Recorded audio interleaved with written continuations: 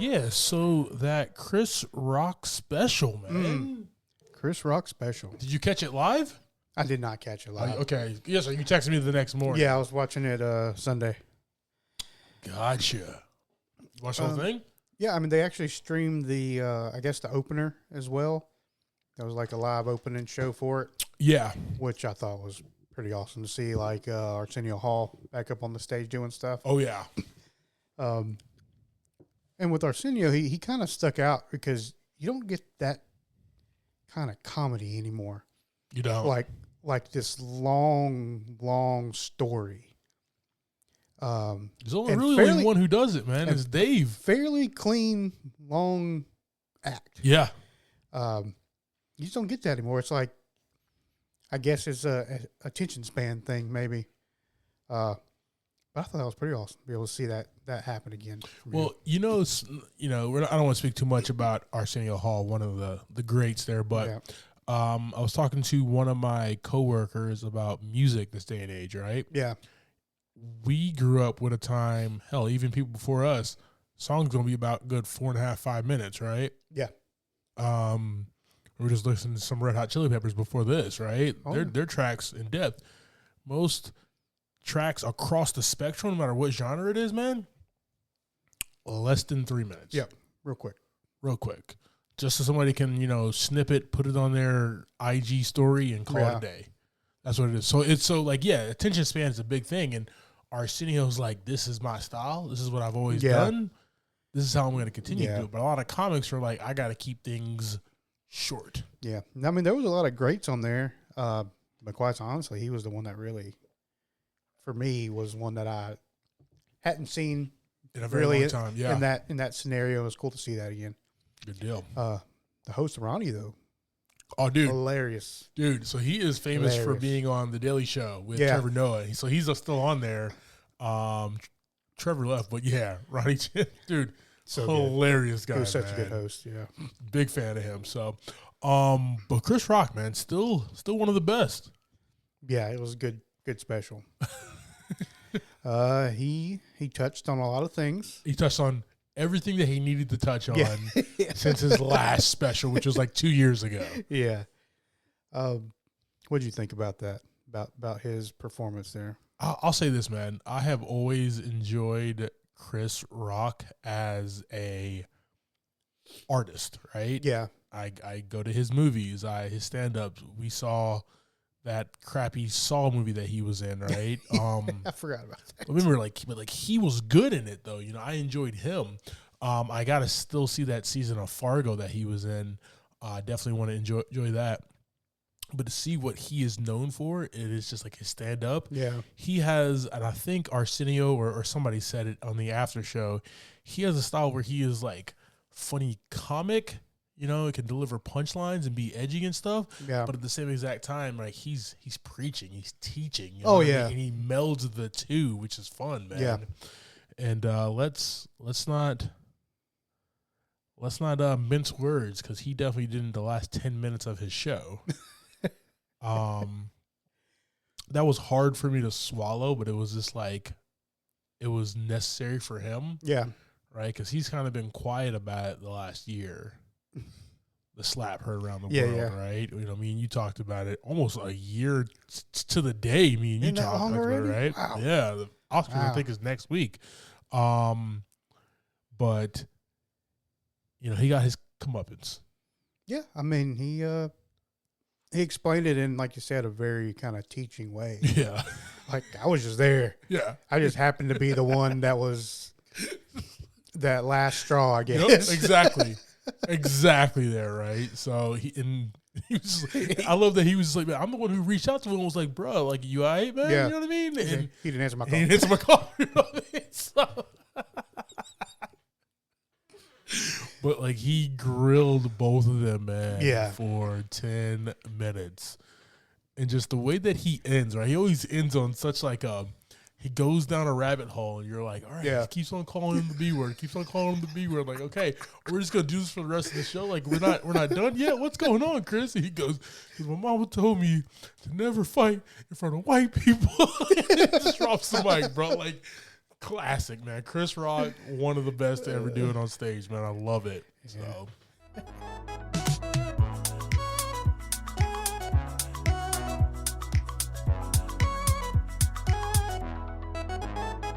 Welcome to this week's episode of Movie in a Pod. I am Clyde Smith. And I am Javier Villalobos. On this week's episode, we are discussing the trailers for Haunted Mansion, Luther the Fallen Son, Episode 8 of The Last of Us, The Return of the Mandalorian, and our Movie of the Week, Creed 3. Oh yeah, team, it's jam-packed.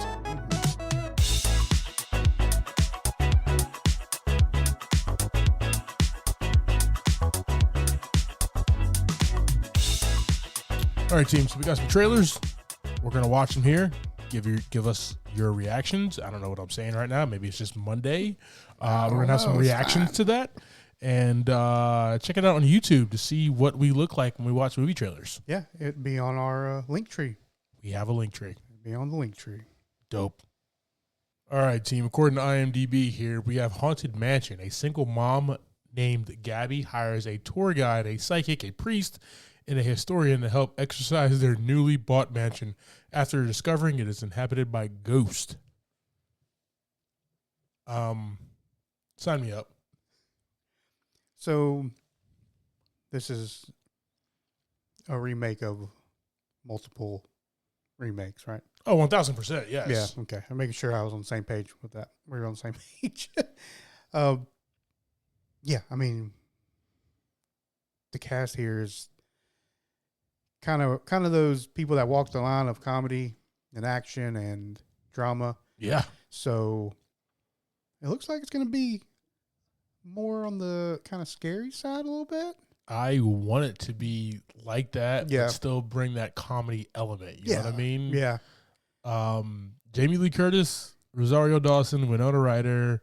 Got to have Jared Little's weird behind ass in there, right? He's the hot hat box ghost. All Dan right. Levy, Owen Wilson, Lakeith Stanfield, Danny DeVito, Tiffany Haddish, Hassan Minaj, a young Chase Dillon. I like this kid because he just looks like he's just like the whole trailer. He's like, Mom, what the hell are we doing here? He said, why did we come to this house? Makes no sense. Chase Dillon's character is like, Mom, we're black. We don't do this. This house has ghosts, obviously. Yes. We knew when we opened up the gate. There was ghosts here. No, man, this looks fun, man. This looks like a really good ride. It's coming from Justin Simeon, who brought us Dear White People, and Bad Hair. So he's done some retrospective comedy. He's done a horror film in Bad Hair. He's gonna blend the two in Haunted Mansion. So really excited for this one, guys. We're gonna throw this on our socials. Let's rock, man. I'm just excited about the cat. Anything Keith Stanfield is in, plus you bring in Owen Wilson, you're gonna have magic. So yes, sir. Really excited about this one. Oh, Winona Ryder. Yeah, exactly, man. All right. Yeah, good stuff. All right, team. We got Luther, the Fallen Son. According to IMDb, we have a brilliant but disgraced detective, John Luther, breaks out of prison to hunt down a sadistic serial killer who is terrorizing London. Man. All right. Question one here for you, sir. Go ahead. What you got? You watched any of these episodes of Luther? No, not at all. Highly recommend. Okay. I'll put it like this, man. Okay. So when Luther was first on, it's like a British, like BBC television show, whatever. My mother, and I love her to death. I don't listen to her like while things are like good and hot or whatever. Okay. Like Lost. She said, Clyde, you got to watch Lost. I didn't watch Lost when she was watching Lost. I was like, no, I'm not watching this crap. Yeah. They're lost. I was like a tiny island. I'm not doing that. She said, Clyde, you got to watch Luther. And I'm like, no, I'm not watching. Even though I love Idris Elba, I'm not watching Luther, okay? I'm sorry. This is going to sound a little nationalist. So but he was in the show as well? Yes, he is the main character, yes. Okay, so he is a London detective, right? DCI. And, our detectives, Lethal Weapon, all those guys, they have guns, pistols, draw them bad boys whenever, right? All the time. All the time. Every time. Shoot first, shoot some more, shoot again, and then ask questions when everybody's dead. Yeah. That's how we do in America, right? Right. Right. Over there in London, they don't carry pistols. Yeah, they just beat you with clubs and stuff, right? They don't like he. I guess that's what they do. The one scene that my mother made me watch of Luther trying to get me into it was a scene where Luther is trying to track a villain, track a bad guy, and then they hit a corner and the guy has a shotgun to Luther's face. Like he runs into the shotgun into his face. Okay. Right? Any American would pull a pistol and be like, we're about to have a shoot-off, baby. Right? Or that shotgun would have went off. Or that shotgun would have went off. You know what I mean? But if it was like Bruce Willis, something would have grazed them in the shoulder or something. Yeah, but he would have moved out the way. Exactly, because he's Bruce Willis. Right. But he literally runs away. I mean, what else is he supposed to do? I know, man, but like, where's the action, right? But then, like, high knees, get the knees up. I got some Tom Cruise knees. But then, like, my buddy Will and his wife started watching Luther, and he was like, "Dude, you got to watch Luther." And I was like, "All right, somebody else close to my age, let me go ahead and check it out." Right? So I watched Luther. It's less about the action. There is action that happens, and more about Luther understanding the criminal mind of these people. Okay. And that's the draw. That's the fun of this show. Gotcha. Right? It's more like a Sherlock Holmes type in a modern day, but with like this black detective in no gun. London. No gun. No gun. Gotcha. Now they do have awesome. They do have like the SWAT unit that comes in. Oh, okay. And but they're always 10 minutes out. Yeah, I mean, right? In London, they're always 10 minutes out, right? And Luther's like, I'm going in. Yeah. With what? Yeah. Right? With hopes and dreams. With hopes and dreams, baby. But no, it's a very good show. I'm really excited. It's been off the air for a very long time. Gotcha. Now. I'm really excited that they've been talking about a movie for years. It's almost here. I think it actually drops this Friday. This pod drops on Thursday. 10th. This pod drops on the 9th, so it'll be the day after. So start your weekend with a little Idris Elba, which will not be hard for you ladies or gentlemen or both or everybody in between, right? Yep. Idris Elba's the man. So this trailer, though, man, does this entice you to at least watch this movie? I will give this movie a watch, yes. Dope. Okay. It looked like a lot of good action, and they're doing some traveling. Yeah. Seems like. Let's see why they're in the snowy mountains. I'm curious. Really, they're in the city, then they're in the snowy mountains. It's whatever. It's like the middle of summer in London, and then you turn around, you're in Iceland. I don't know what's going on here, right? Yeah. No, I like a good Idris Elba movie. If I guess the worrisome part is, do I have to know anything about the TV show to enjoy this movie? I don't know if it's a plot continuation or what. I'll put it like this. No. Because even the seasons even the seasons were bottled. Gotcha. Right? Where you didn't need to know what happened last season. The same man, like same team around him. Right. But like different serial killers, different terrorists and stuff that he had to take down in the London streets because he's a copper. Yeah. I heard him. Team, let us know what your thoughts here. We got Idris Elba, Big Driss. This guy is a rapper. He's an actor. He's a DJ. He's a boxer. There's nothing Idris does not do, okay? If you're excited for this movie, talk to us. We're going to throw it on our socials.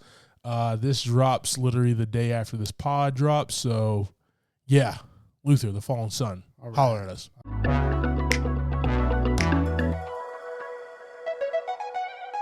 All right, JV, so we're here. You ready? Yeah.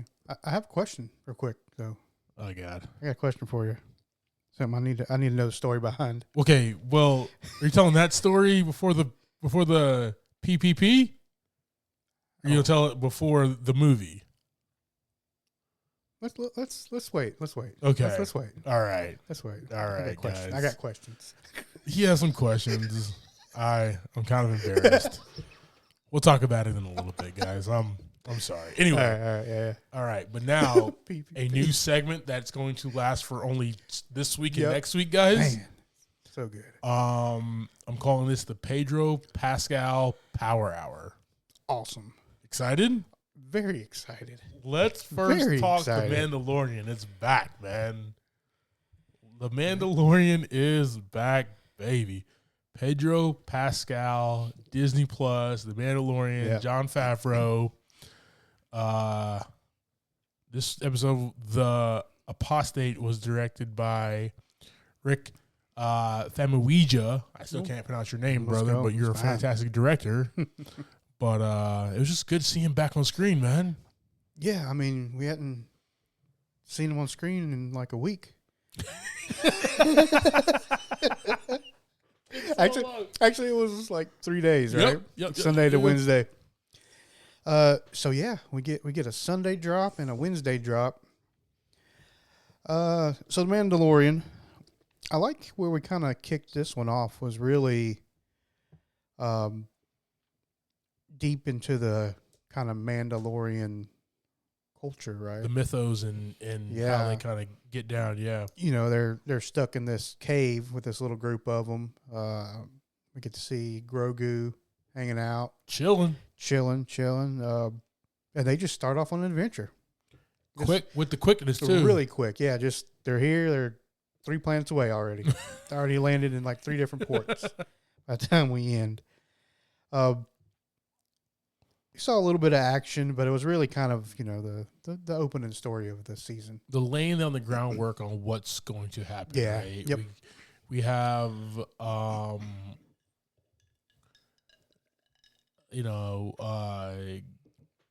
Grief Karga back here, and he's kind of like the man of the town. Mm-hmm.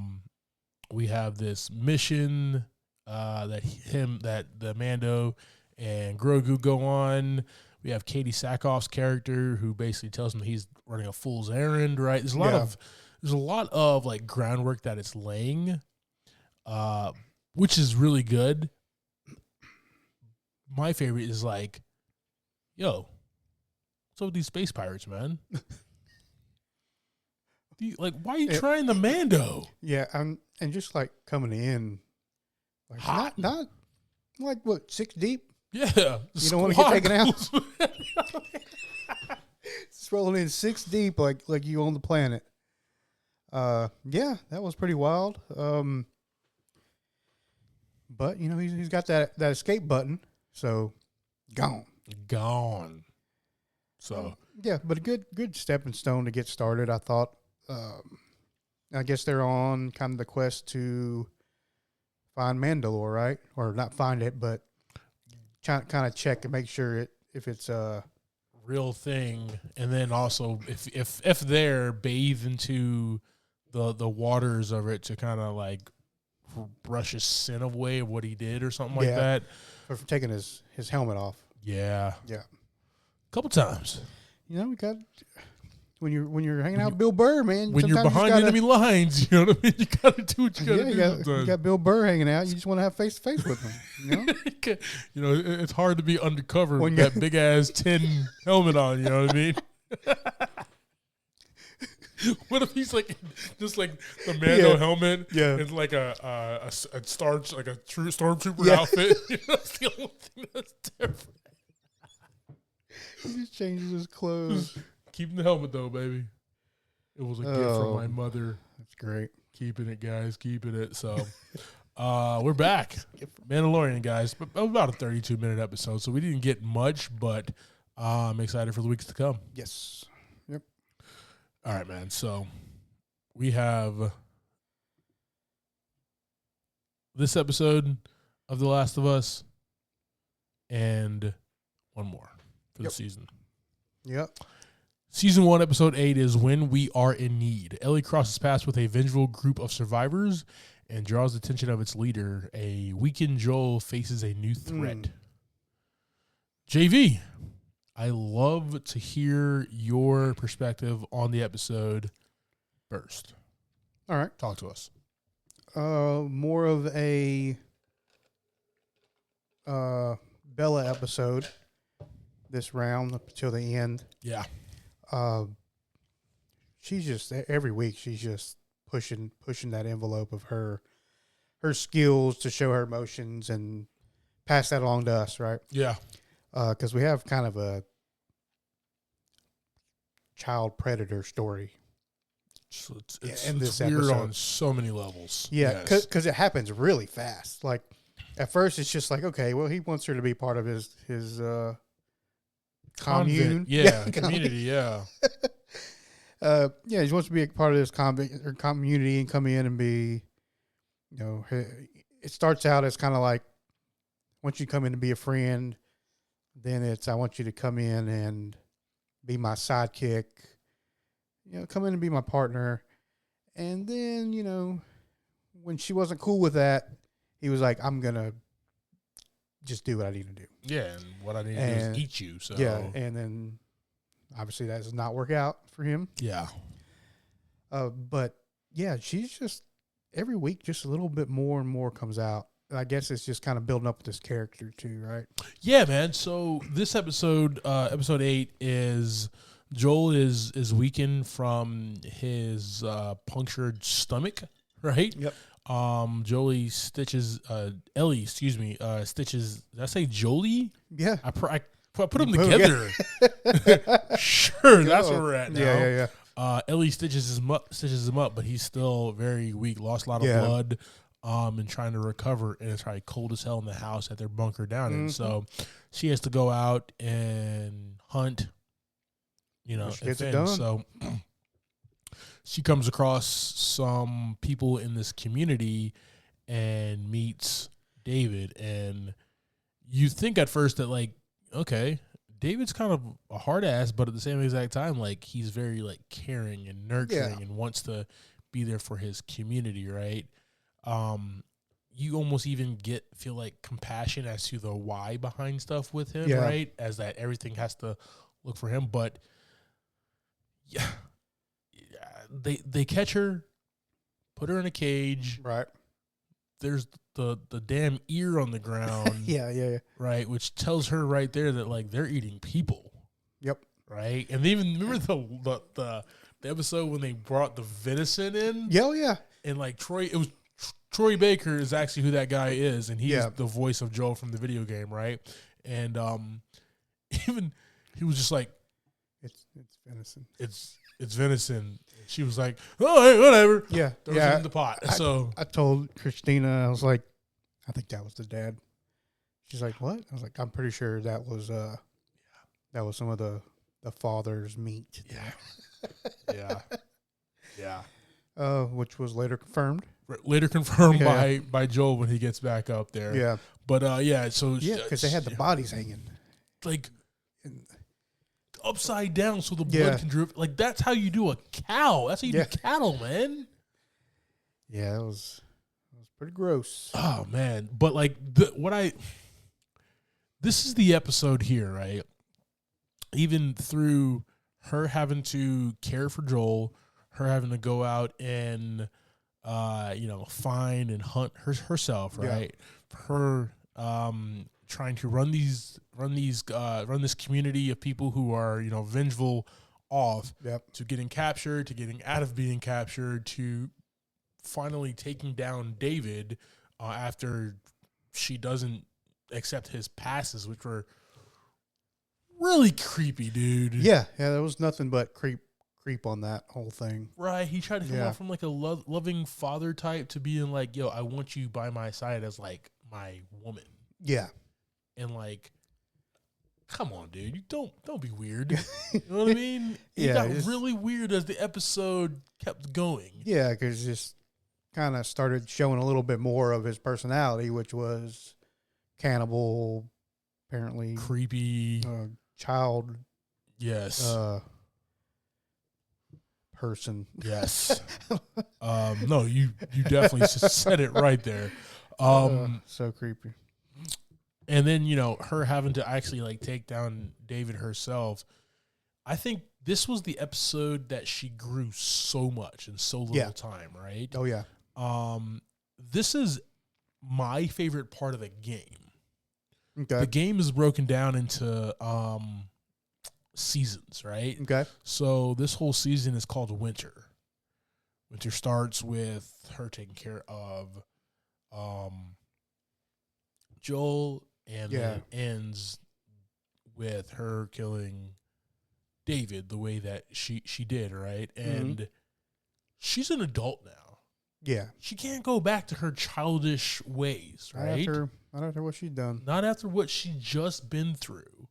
So she changed at this point, man. Yeah. And you can tell this in her eyes and Bella Ramsey's acting. Well, it's kind of started right after. I mean, Joel's out, right? She had to take care of him and herself. Yeah, but she was reluctant to do it then. Yeah, that's true. She was in a space where she had no choice. Yeah. After this, I don't know anything show wise because we haven't seen the final episode. Right. But the rest of the game, she's a different person. Okay. She's more adult now, right? Okay. And it's very interesting about how they're going to tie everything together with the last episode, man. I'm really excited. I was really looking forward to this episode, man, and like they definitely did it right. Yeah. Yeah, for somebody who has actually played the game yet, enjoying the show a lot. Good deal. I'm glad. Yep. Very, very glad there. All right, team. One more episode of The Last of Us. And I hope you all enjoyed the Pedro Pascal Power Hour. Triple P.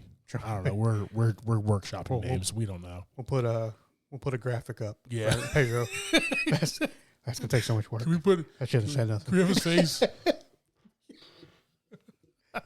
I don't know if we got to pay for that or not. We probably do. Yeah, so, that's all right. Make $60 million per episode. Yeah. So. Yeah.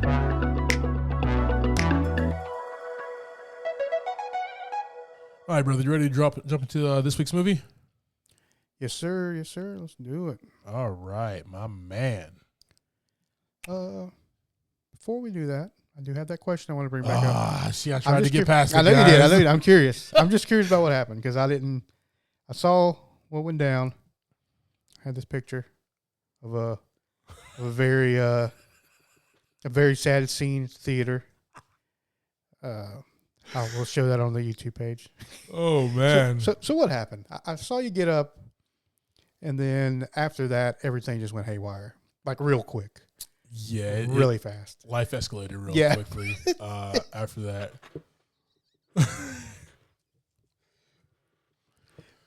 So you got up.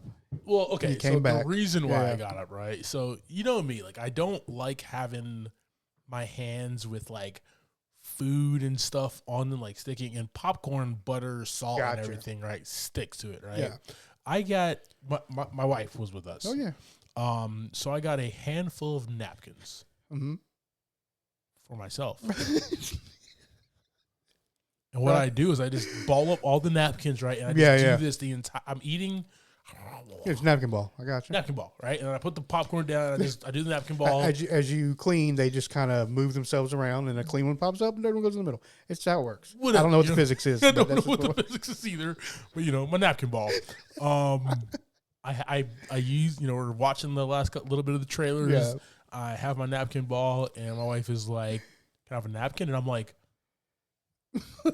I don't think every one of these has butter on it. Yeah, I don't think you want this. She goes, I'm like, didn't you get your own napkins? She goes, no, you usually get the napkins. And I'm like, okay. So I got up real quick to go get napkins. Yeah. And then, we have the little desk type thing. Yeah. We have the chair that goes back and reclines. We also have like the little desk thing to put your popcorn, drink, snacks, nachos, whatever on there, right? So kicked it back, went down, got it, and then I came back up. Right. For some reason, when I came back down the aisle, I didn't go far enough. No, you did not. I sat next to this like old couple, and this guy just kind of did this number. He was just like, and so like I look at him and I'm like, I don't remember anybody on my right, and I look at him like, oh shit, my bad. Yeah. So I got up. and I sat down in my seat, which was literally the next one to my left. Yeah, you're right? one off, right? And then, remember, I had that little easel desk thing, right? The popcorn bucket. That happened right now. Is on the edge of the desk. Because I'm just like freaking out right now. Everybody's laughing at me, in the theater. Movie's just about to start. I would say we were laughing at you, but we were definitely laughing, or laughing with you. We were definitely laughing at you. I moved the desk back. And as soon as I moved the desk back, popcorn just goes. I mean, it does a somersault first. Was it kind of like when you try to pull the tablecloth out from underneath it? But exactly. It just. I just wanted to cower away in my seat at this point. You know what I mean? Like, I was just trying to get I'm 6'4", 250, okay? I was trying to get as small as possible, okay? It's difficult for me, but that's what I was trying to do at this point. I just wanted everybody to shut up and just enjoy the movie. I'm not the damn movie. That shit was crazy. I pulled the desk back thinking it's going to hide me some more, and the popcorn just somersaults and just goes everywhere. Yes. Right? And the guy to my right, who's 2 seats down, starts laughing his ass off as loud as possible, dude. He's literally about to pee himself, man. He's like, oh, no, you're telling me that really happened? I got to take a picture and show my buddies this, man. I'm like, come on, bro. I'm like, his wife, hands him, their bag of small popcorn and, tries to, I was like, I'm good. I'm going to go. Yeah. I'm going to go get our own, right?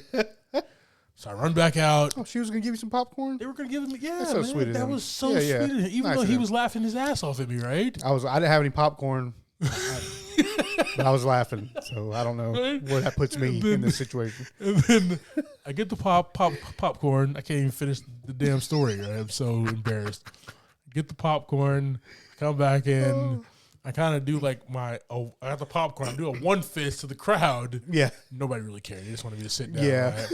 And I sat down and got comfortable. The movie had started, right? Yeah. I missed the first 30 seconds of the movie. You know how much that pisses me off. That's the best part of the movie, man. I've heard the reviews. Okay.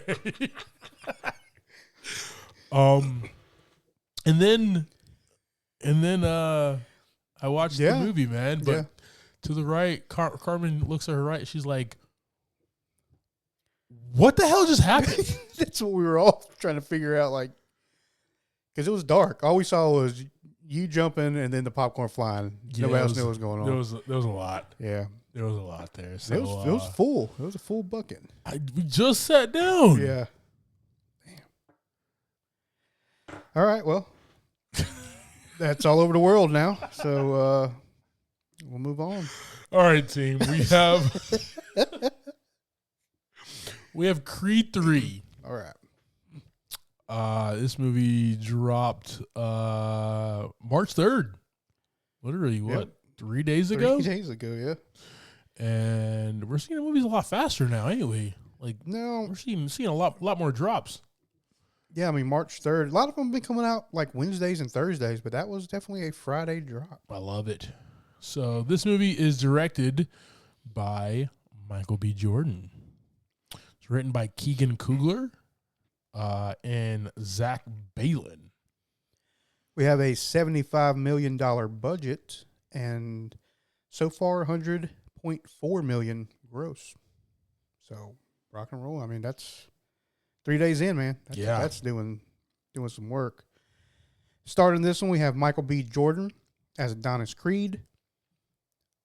Thaddeus Mixon as 15-year-old Adonis, Tessa Thompson as Bianca, Jonathan Majors as Damian Anderson, Spence Moore as the 18-year-old Damian Anderson, Wood Harris as Tony Little Duke Evers, Florian Manchinu as Victor Drago, Felicia Rashad as Marianne Creed, Mila Davis Kent as Amara Creed, Jose Buenavides as Felix Chavez, Selena Yeva as Laura Chavez. Oh, yeah. All right, brother, so we can jump into this one, man. Go ahead and give us that quick synopsis, brother. So Adonis Creed gets confronted by a friend from his past, Damian Anderson.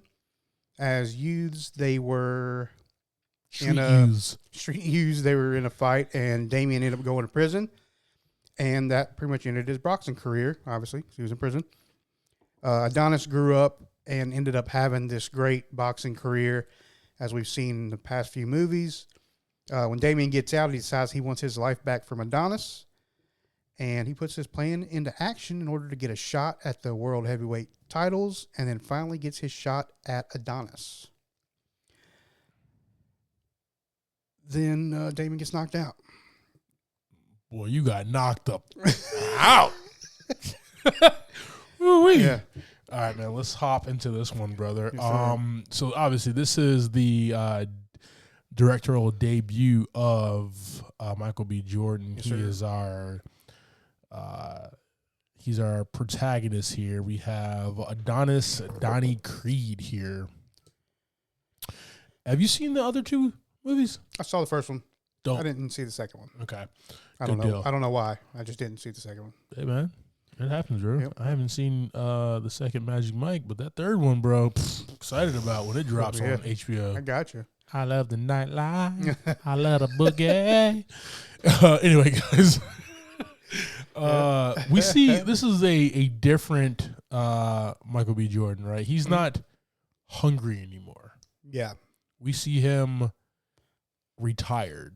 Right. He has. We start out with one fight left in him. He wins the fight, and then he retires. Yep. And retired life is tea time with his daughter. Yes. Dressed up as a dragon of some sort. Yes. I thought it was like Yoshi. That's what I thought too, but Right. I didn't want to say that because I don't really know. Oh yeah, I mean, you Could it have been any other green could it dragon? been any other green? Could have just been a dinosaur. Yeah. True story. No name, but tea time with his daughter, annoying the hell out of his wife and she's trying to work. Yeah.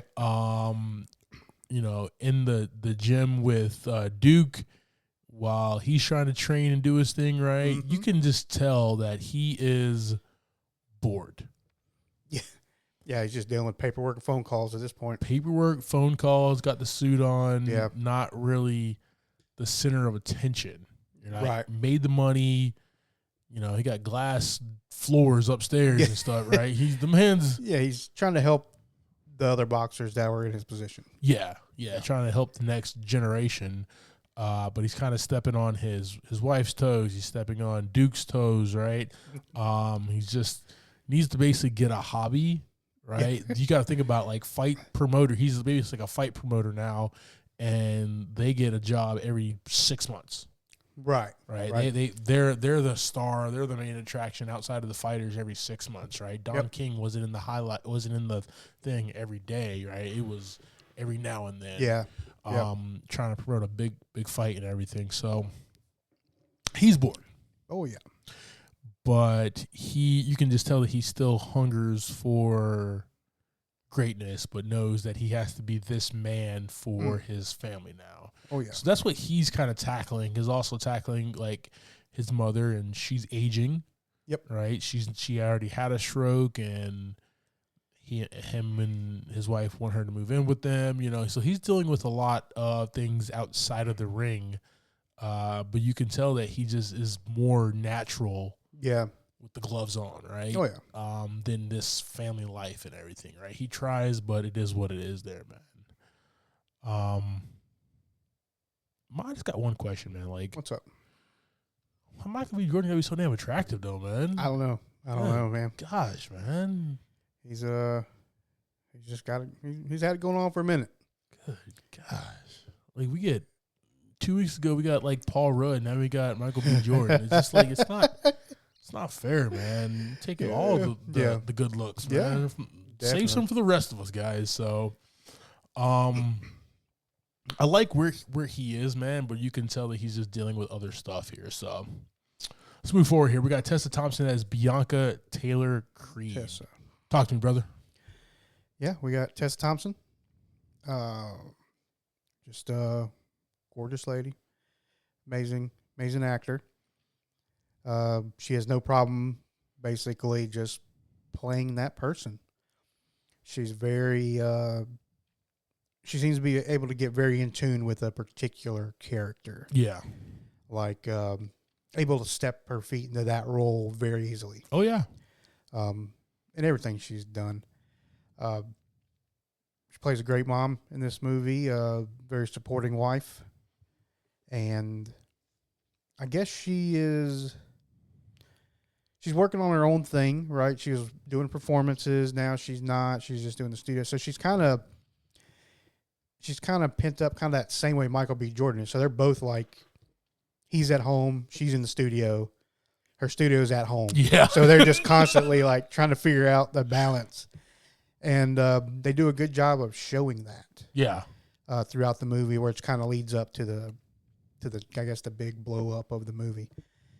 But yeah, just excellent.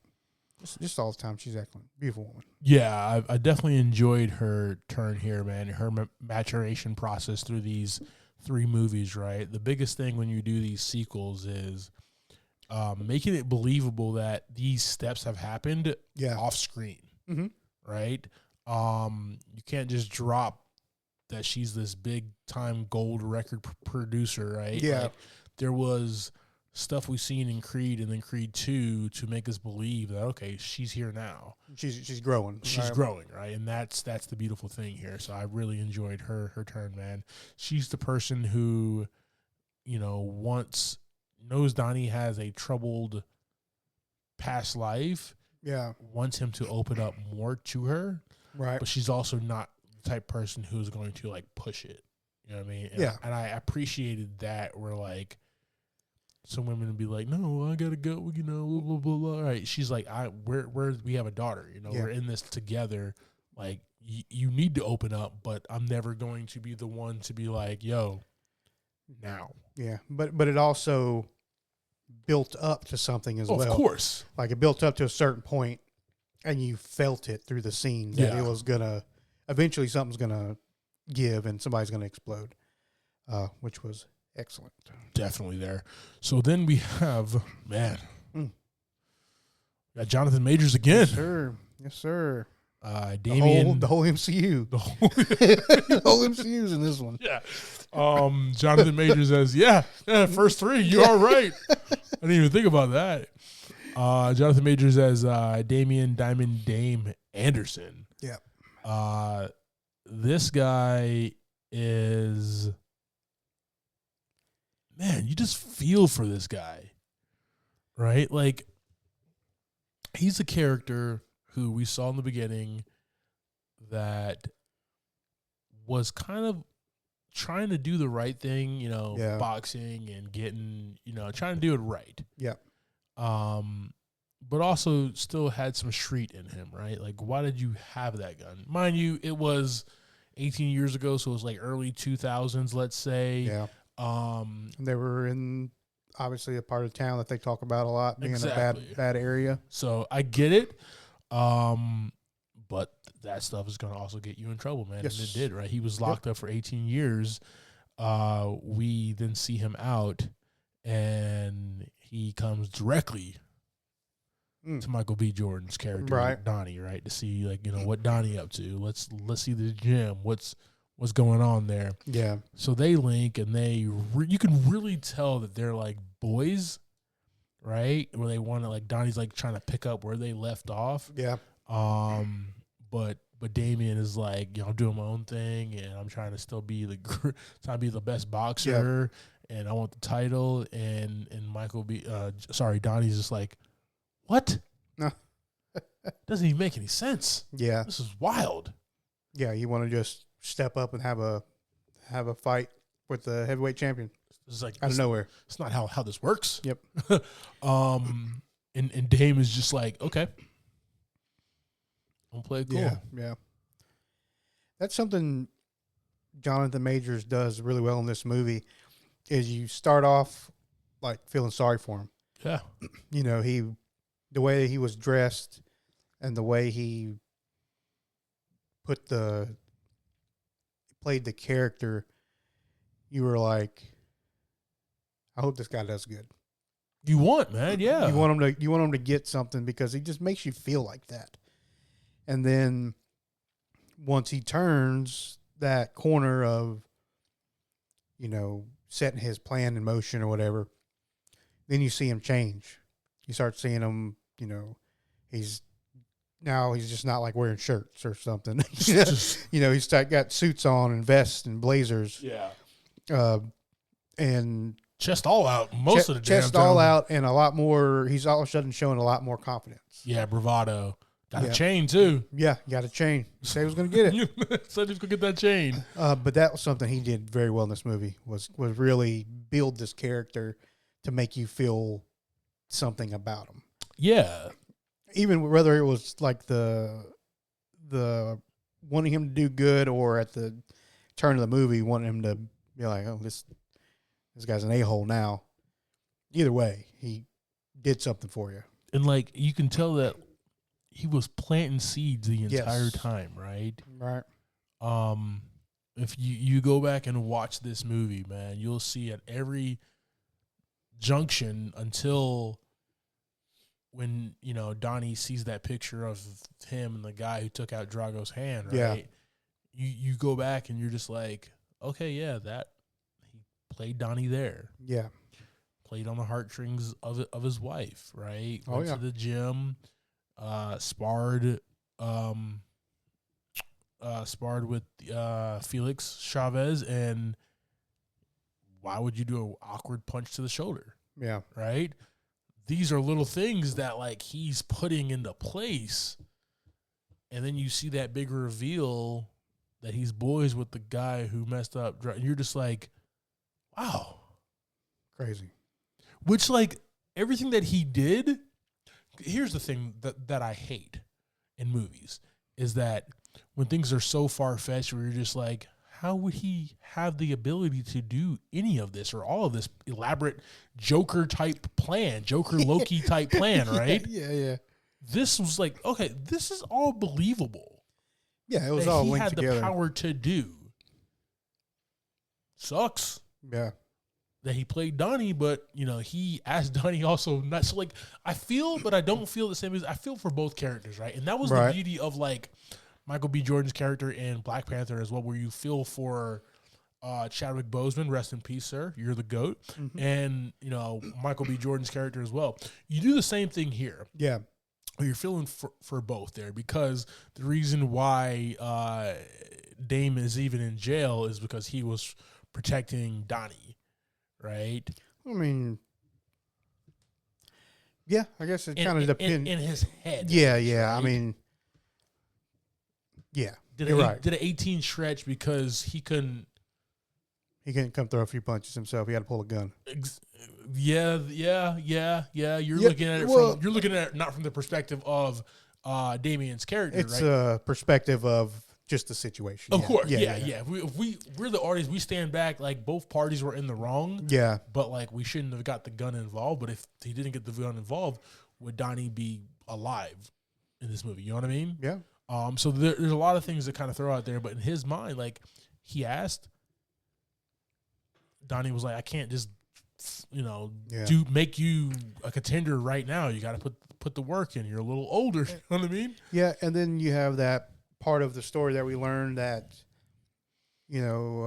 Damien was sending letters out, a bunch of letters. Yeah. That Donnie never got. Because his mom was keeping them from him. Yeah.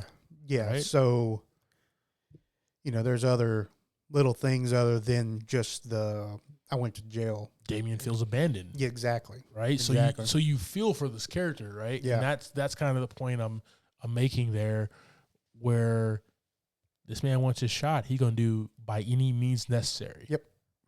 And he definitely does. Conjures up this plan, goes well. Where he gets the title shot, and he's the champion. Yep. He's only the champion for one fight. Two fights, but gets his ass blown. He's still champion. He was champion. Yeah. However much that time lapse was. I don't know. He had a penthouse for a little while there. But he had a baddie, too. Yeah. The come up was real, man. It really was. Happened fast. Apartment, you know what I mean? So, what was up that dope ass beach party, man? I don't know. That was.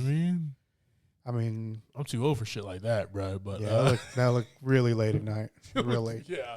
A lot later than I'll even allowed out. So bring your ass home. Mom, I'm 36 years old.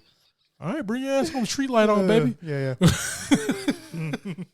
But I guess the reason why we're talking about Jonathan Majors Damien so much because like it was such a complex, good character, man. Yeah. Yep. As the antagonist, but you feel for him as well. I keep on wanting to come back to that, and that's what made this because Jonathan Majors. He turned it on. He turned on that like sad puppy dog when he needed to. Came on and be like, nah, man, I'm just gonna make it myself. I'm good. I just need, I'm not asking for any handouts. To the bravado, to the asshole, to the chip on his shoulder. Like that chip turned into a damn boulder. You know what I mean? Yeah. It's a really cool character, man. I really enjoyed it here. Yes, sir. We got Wood Harris back as Tony Little Duke Evers, and he runs the gym. The gym moved. And he's a trainer, man. That's what he does best. Probably one of my favorites from this movie. Yeah. He just has that kind of, he really shows that kind of like old soul kind of thing. Like when he's like, did you hear him? He said, listen to Duke. Nothing else. Listen to Duke. And just his conversations, his support, his words through the movie. Was just something I really enjoyed out of his character. You need that, right? You always need somebody like that in your corner, right? Rocky had Mick, who, Cut Me Mick is very popular, and that's who he had in his corner or whatever. Donnie has Duke, right? And Duke is that guy that holds him down, that speaks that inspiration, that gets him moving, right? Even when he kicks him out of the gym and says, you need to stay away from the gym. Yep. When he goes for the title fight against Dame, who's the first person in his corner, right? It's Duke, man. Yep. You need a ride or die guy like that, and that's definitely Duke. And he, Wood Harris, doesn't get his comeuppance for how great of an actor he is, but definitely did his thing in this role, man. And then one thing that I really enjoyed from him was one line, and he was like, man, he's showing you who he is. Yeah. Believe him. Yep. But that guilt, that feeling that Donnie has, he takes Duke's word, I think. He listens to all the people he doesn't listen to, he listens to Duke. Yeah. But about this, he feels like Duke doesn't know or in the wrong, so he doesn't take Duke's advice. He doesn't have that. He doesn't have that guilt. Yeah, Duke doesn't have the guilt. Yeah. It's Donnie that has it. Yeah, so he doesn't. Donnie doesn't listen to him, but it was just like, my dad has told me that a million times about people, right? Yeah. Like they're literally showing you right now. Like Dame is showing you right now how he's treating Chavez, right? Yeah. How he's just going in the ring and being a thug. Who he is, believe him. Yeah. Donnie couldn't do it, man. Just the complexity of these characters, man, and what they bring. Really, really cool. All right. Few more here. Florian Montione, Victor Drago. He is the son of Ivan Drago, which basically the second movie that you did not see was basically about. It was just as much of a Creed story, as much of a Ivan Victor Drago story. The movie was almost like 60-40. Gotcha. As far as content here. But he comes back, right? He's wanting to fight. He's going to fight Chavez, gets hurt, but he also comes back with a healthier hand and helps Creed train at the end, man. So that was really cool to see. Felicia Rashad, man. I love this woman. She was, as Bill Cosby was America's dad, she was America's mom, and she plays Marianne Creed very well. Yes. So through the first two movies and even this one, I love seeing her, even through her ultimately demise of having that stroke again and then dying in this. It was good as an emotional arc for Donnie, but also kind of like, bro, did we need that much weighing on him as well? Yeah. Yeah. So that happened really fast. Right? Not sure how long. The problem I had with this one, well, not a problem with the movie, but I just didn't understand, like, the lengths of time, really. Yeah. I don't know if that's just something I could have missed while watching the movie, just because it was the first theater watch. Yeah. But I got lost in, this. How much longer did this happen? How long was this? How long was that? Yeah. And that was one of the things that I missed was like, she had the stroke, then they had the funeral, then they're back at it. Yeah. So just kind of something I felt that was passed a little too quick. Well, you want to think that you're right about that, because even at the after the funeral, the wake or something, right? There was no more mention of anything. Donnie and Bianca, they come to the realization where it's like, I gotta fight this dude, right? And it's just like, yo, mom just died. Like, yeah, what? Yeah, right. So like, as much as I enjoyed this first watch of this movie, you're right. You kind of get lost into like how much time is passing by between things. Yeah, and it could make more sense if you're able to watch it again. But like I said, with her, like after the funeral, that was it for her character. They never mentioned anything. He never said, "Oh, mom passed away. That's still weighing on me." Yeah, he never said anything like that. It was just like, "Okay, she's gone." Exactly. Yeah. And that may be a time that passed that we didn't know about. Or the other thing is his daughter, I know, being deaf. Yeah. But like the wanting to like get into fights and everything. Like what was that just to show Donnie dealing with like fatherhood and not being in the ring?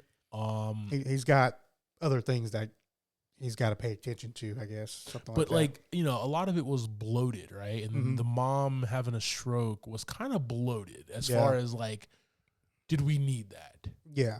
Right. It's warranted. It's in there. It's whatever. Yeah. But like, I feel like it didn't have any kind of impact on the movie. Exactly. It didn't seem like it anyway. Exactly. Right. Yeah.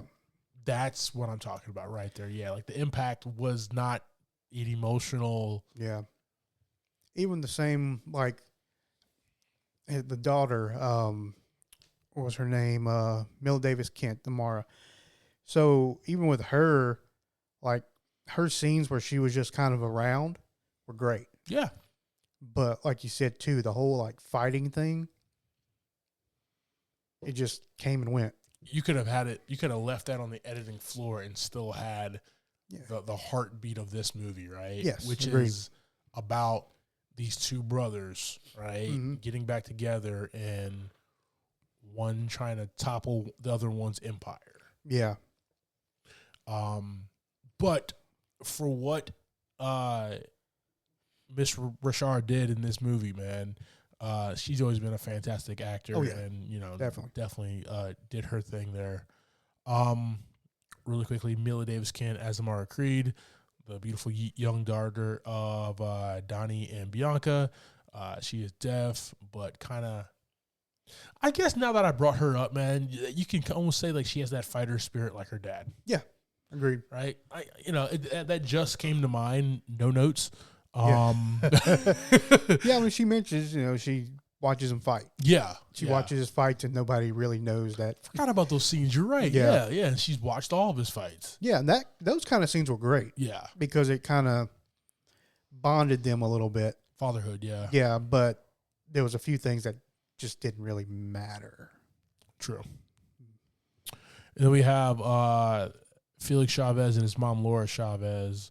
Jose Benavidez Jr. as Felix El Guerrero Chavez.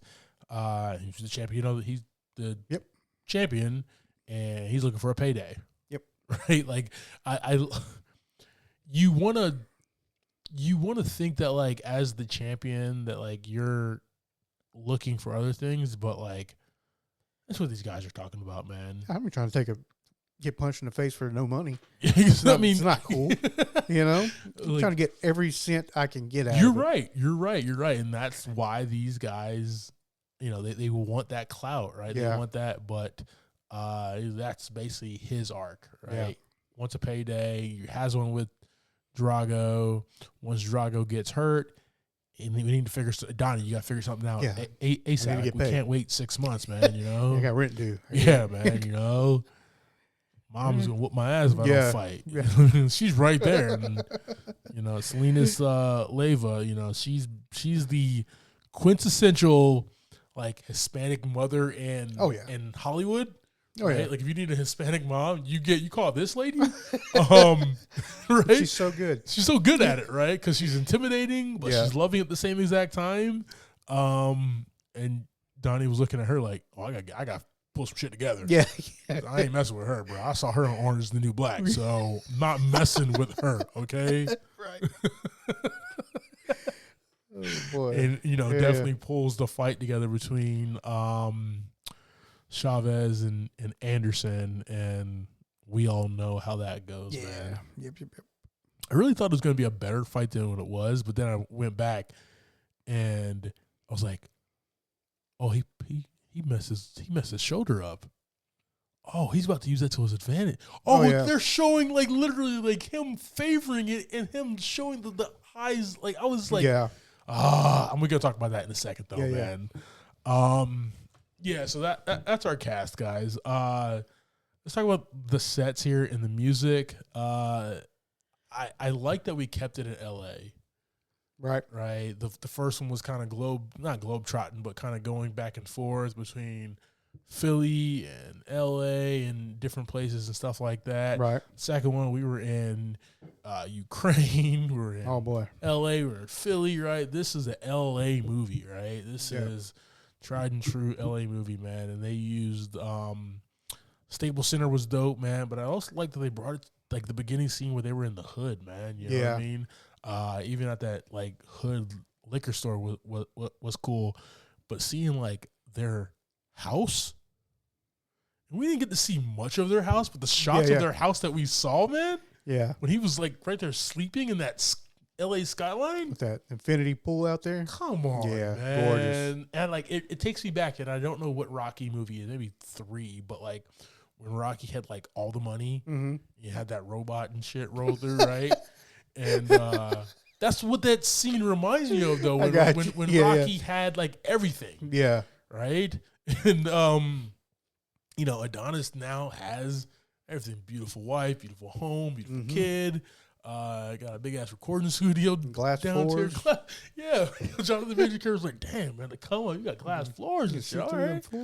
But just really cool, man. I also loved, man, and you know, we opened up in South Africa for the beginning fight, the Rumble in the Jungle, type fight. But I love that we just did it. The fight for L.A. Yeah, that was just cool. The Battle of Los Angeles is what it was called. That was just cool, and they did it at Dodger Stadium. I believe that's the name of a movie too, isn't it? Battle Los Angeles. Oh, okay, I got you. Yeah, Aaron Eckhart. That's actually a damn good movie. Yeah, it's a good time. Anytime I need to go to sleep, I put that on. All right. I mean, I'll watch it, but then afterwards, I'm just so like hype, want to kill aliens and stuff. That I'm just like, okay, I can go to sleep.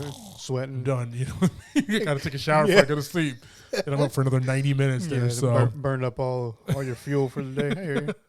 But nah, man, I really liked what I really liked most, man, is we saw some camera techniques in here that we haven't seen in previous Rocky movies, the 2 previous Creed movies, and not really seen from boxing movies at all, right? Yeah. That introspective, him kind of taking and seeing when he's going to land those punches and everything, right? And him kind of being a tactician and landing. That was cool, man. And from my understanding of that is Michael B. Jordan's love of anime. Yeah.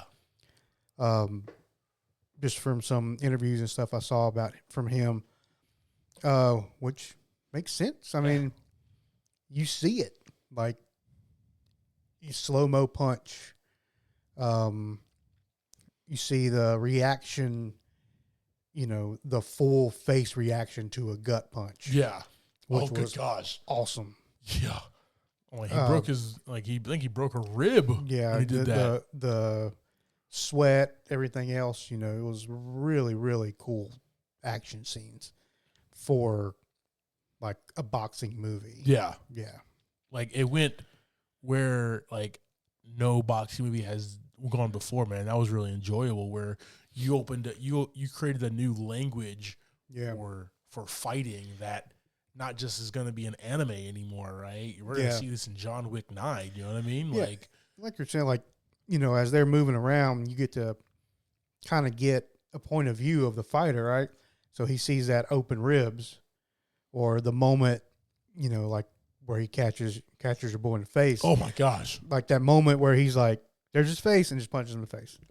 You have to see cool things like that. So like my foray into, you're right, and my foray in the anime doesn't go farther than Dragon Ball Z. I'm sorry. Same, pretty much same, yes. But I do remember watching Dragon Ball Z as a kid and seeing like Goku or whoever basically like sizing somebody up and waiting to like strike and everything, right? And just to see that in the beginning and then the end from Donnie was just like, yo, okay. But even seeing like that Chavez-Anderson fight, seeing that and seeing how Dame was sizing him up, even from in between rounds. Yeah, like, just watching him.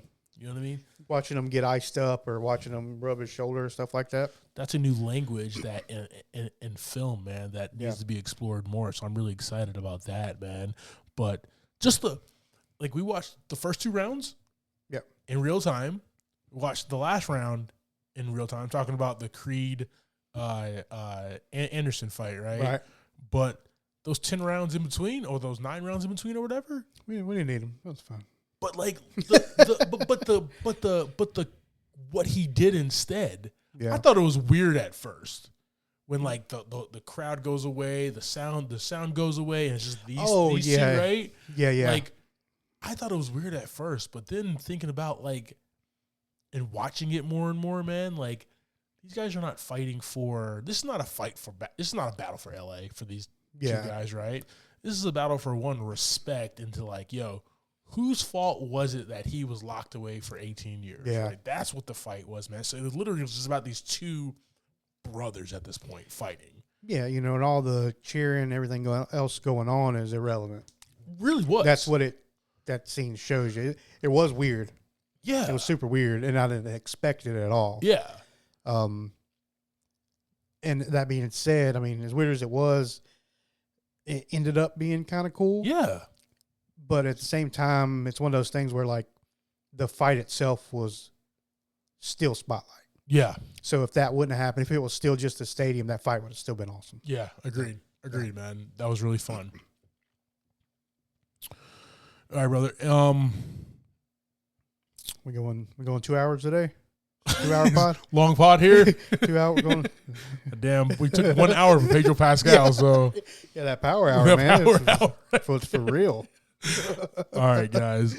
For a theme here, for Donnie, couple things. Him still having to realize that he is, him still understanding and knowing that he's the best who's ever done it, man. But also, letting go of the past and make like things that are not your fault, right? That guilt that he holds, man, having to like let that go and move on from things as well. So, you know, this movie brings a lot, but it's ultimately, like I said earlier, the story of 2 brothers and their fight for who is right. Yeah. That was really cool to watch, man, on screen there.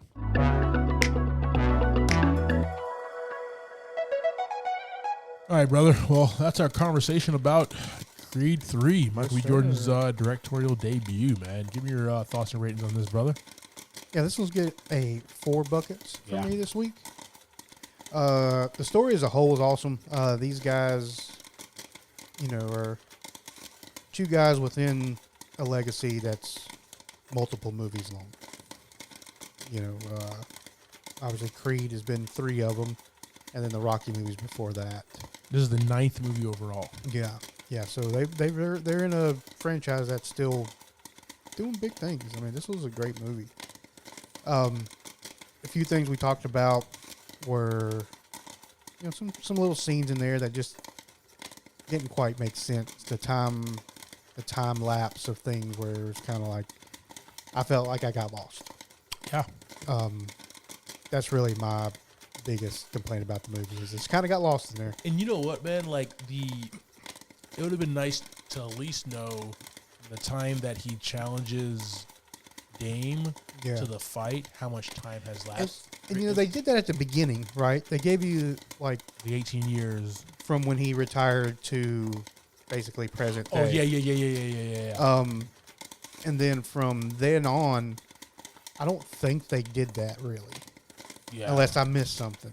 I don't think it happened. So you're just jumping these big, or at least I would think they would be pretty big. I mean, it takes a while to really get all this stuff together. Well, just one fight alone, right?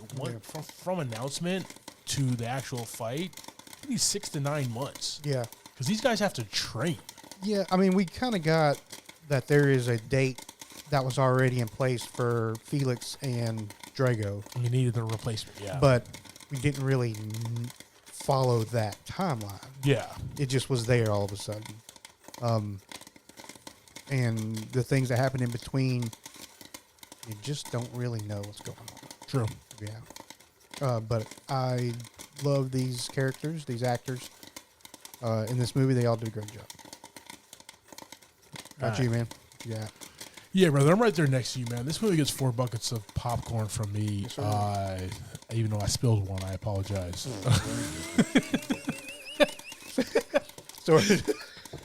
So you only have 4 out of 4 buckets of popcorn. I got 4 out of 4 buckets. Yeah, I can't give it a 5 because I don't have another bucket to give it. So my clumsy ass. No.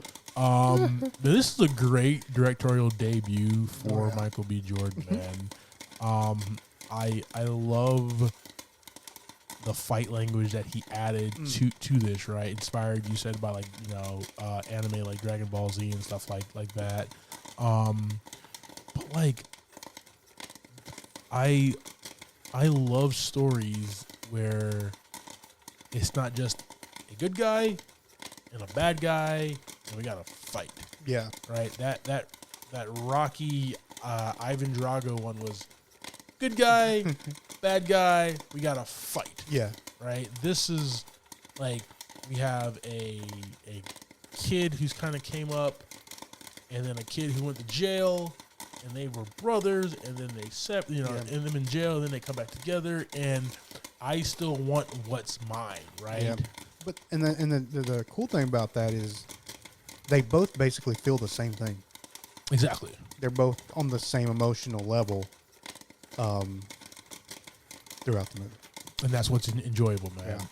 Yeah. So strip everything away is literally about these two guys and their fight, their makeup and fight, man. So that was really enjoyable there. But between the fight language, the passionate story about two brothers, and the amazing Tessa Thompson, definitely 4 buckets of popcorn. What I also enjoyed, man, is this is getting people were upset about this. Okay. But I'm glad that Sylvester Stallone was not in the movie. He produced.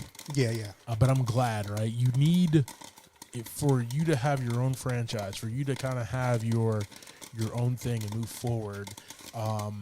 You need to kind of get out of the shadow of that person, right? Yeah, I mean, you kind of got to, at some point, that legacy, that torch, has to be passed on. Right? The first 2 movies, Rocky's, they're both holding it, but Rocky's like, not yet, bro. And what a great movie for Michael B. Jordan to be able to direct this movie. Yeah. And it be about him. Yeah, that passing of the torch. Yeah. So definitely enjoyable, man. 4 buckets. I'll try to hold on to the bucket next week of the theory, guys.